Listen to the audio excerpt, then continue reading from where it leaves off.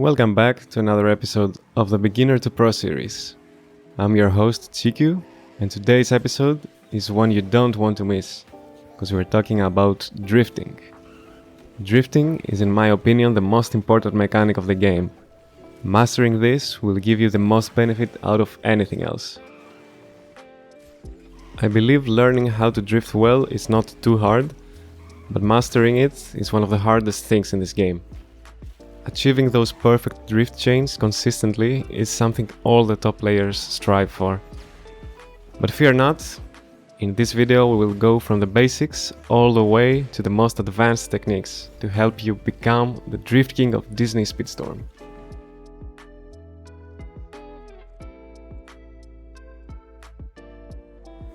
Before diving into drifts, I want to first talk about top speed. There are 3 levels of top speed your character can reach. The first is the unboosted top speed, which is your maximum speed when manual boost is not active. I'll refer to this as tier 1 top speed. The boosted top speed, which is your maximum speed when manual boost is active. I'll call this tier 3 top speed. And lastly, the semi-boosted top speed, or tier 2 top speed, is the maximum speed when not boosting, but you have either used speed pads, activated drift boost, landed stands, or landed on the second best part during the start. Tier 2 top speed activation is indicated by small blue circles at the exhaust area, while Tier 3 top speed activation is indicated by larger orange circles. We will use this tier terminology for the rest of this guide. Let's now start with the basics of drifting. To initiate a drift, press and hold the drift button while steering either left or right. Letting go of the drift button will end the drift. While drifting, you generate a small amount of boost. If you hold the drift for 1.5 seconds, you will notice that the tires of your kart turn blue. This means that the so-called drift boost is ready. Letting go of the drift button now will activate it. The main benefit of drift boosts is that they generate a big amount of boost on your manual boost bar. If manual boost is not active, drift boosts also unlock tier 2 top speed for 1.5 seconds. While drifting, you can still control the steering. You have 3 main options: inwards, neutral, and outwards drifting. Inwards drifting is performed by steering in the same direction of the initial drift. For example, initiating a left drift and then steering left. Neutral drifting is done by not steering at all during the drift, and outwards drifting is performed by steering opposite to the direction of the drift. Of course, if you are using analog input, such as a controller's joystick, there are in-between steps as well. Inwards drifting allows you to tighten the angle of your drift to take tight corners. However, inwards drifting reduces your speed the most out of all types of drifting. Outwards drifting widens your drift angle, which is very useful as it enables you to keep chaining drifts even at the straight part of the track. While outwards drifting, you can reach the same top speed as when not drifting at all. This allows you to keep generating boost without losing any speed whatsoever, making it really beneficial. Another thing to note about outwards drifting is that even though the drift angle is very wide, it's still not a straight line. This can make it hard to perform on very tight parts of the track, but it should still be doable in most cases if you use the whole width of the road that's available to you. The last mechanic for this section is brake drifting. This is not as useful as in other kart racing games, but still relevant. While drifting, you can apply the brakes to slow down and tighten the angle of your drift even further. A similar but less powerful effect can be achieved by not applying throttle during drifting. These both can prove very useful, especially for racers with bad handling during very tight corners. Speed in this game is all about keeping your manual boost active as long as possible. To that end, it's best to keep drifting constantly, spamming drift boosts as fast as you can while staying on a solid racing line. This maximizes your boost generation, allowing you to have manual boost active for longer. To do this, you need to practice and work on timing your drifts. Since releasing drift too early is way worse than releasing it late, I recommend using the visual cue of the blue wheels to release the drift. As you get more comfortable with the muscle memory, you can slowly work your way towards a faster timing. This can make you a worse player short term, as mistimed drifts can be quite common during this learning experience. However, don't let that drag you down. You can only learn by pushing the limit and making those exact mistakes. Another common mistake you will encounter is initiating drifts in the opposite of the desired direction. Here I wanted to start a left drift, but started the right one by accident. A small tip I can give for this is that, in my experience, this occurs mostly when chaining outwards drifts of the same direction. For example, going from a left outwards drift to another left outwards drift. In these cases, I'd suggest leaving some more time in between the drifts. While Tier 2 or Tier 3 top speed is enabled, there is no slowdown when going through slow terrain. Since drift boosts enable Tier 2 top speed for 1.5 seconds and it also takes 1.5 seconds to charge them, you can almost completely avoid the negatives of slow terrain if you manage to time your drifts nicely. Perhaps even more important than chain drifting is keeping a good racing line. You don't want to drift at the sake of good lines. A good racing line goes hand in hand with map knowledge. However, a very useful thing to learn is to instantly steer outwards after initiating a drift. For example, after starting a left drift, immediately steer right.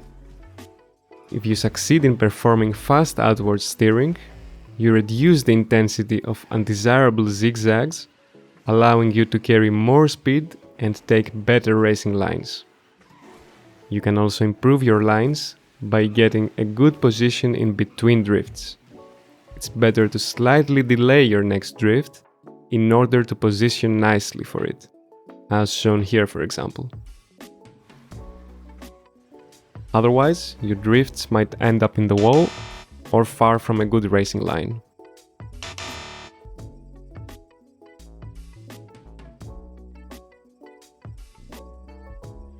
Let's take it up a notch and go into more detail. The amount of boost generated while drifting is fixed. It does not depend on things like the steering angle, the boost stat, or your character's class. The amount of boost generated from a drift boost is also fixed and fills 22.5% of the boost bar, with the exception of the Trickster class, which generates double the amount, filling 45% of the boost bar. Keep in mind that even though the boost stat does not affect boost generation here, what it does in general is make the manual boost bar deplete slower, which means that the same amount of boost is more valuable. All this means that characters with high boost stats and tricksters benefit more from drifting.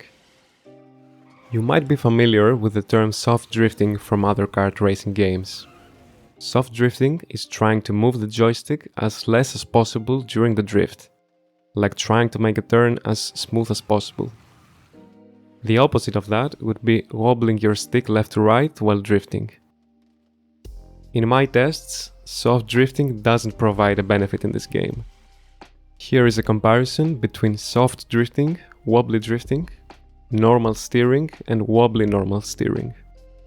Make sure to check the joystick movements to notice the differences.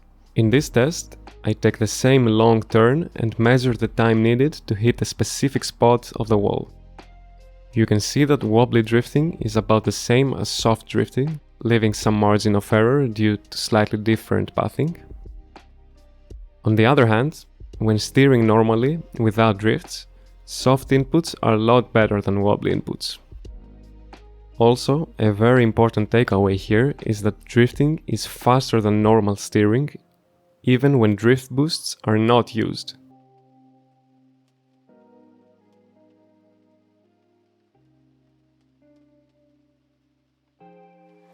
While drifting, there is a massive deceleration affecting anything higher than the current tier of top speed. Here is an example. Here I'm drifting with manual boost active, meaning tier 3 top speed is enabled. Normally, Rush offers higher speed than the tier 3 top speed. During drifting, however, the speed is almost instantly reduced back to the tier 3 top speed. Another example. Here I'm outwards drifting. Manual boost is active and it depletes during the drift. The moment the current top speed goes from tier 3 to tier 1 because of the boost ending, the speed is reduced almost instantly. For this reason, it's best to stop drifting when reaching speeds higher than the current tier of top speed. Let's talk boost management. In some cases, it's best to intentionally delay activating your drift boost to not overcap your manual boost bar. Here's a good example. Going through the speed pad maxes out the boost bar. Activating the drift boost at the same time would lead to boost overcap. Instead, it's best to keep holding drift and release it slightly later. Another situation where overcap can happen is when the manual boost bar gets to full simultaneously with drift boost being ready to use. You obviously want to press manual boost as fast as possible, but releasing the drift boost at the same time means again that boost gets wasted. Instead, try activating the manual boost and slightly delaying your drift boost, like this. When drifting through tight corners, it's key to time your drift boost optimally. Activating the drift boost launches your kart forward a bit, so doing it mid-corner can ruin a good racing line. Instead, try delaying the drift boost activation and use that launch to have a good exit from the corner. Sometimes it's best to not drift at all. In cases where boost bar is staying at max anyway, or when there is not enough time to complete a drift boost, consider simply driving straight. That's because initiating a drift, even if it's a perfectly executed outwards drift, reduces your speed slightly due to the initial turn-in.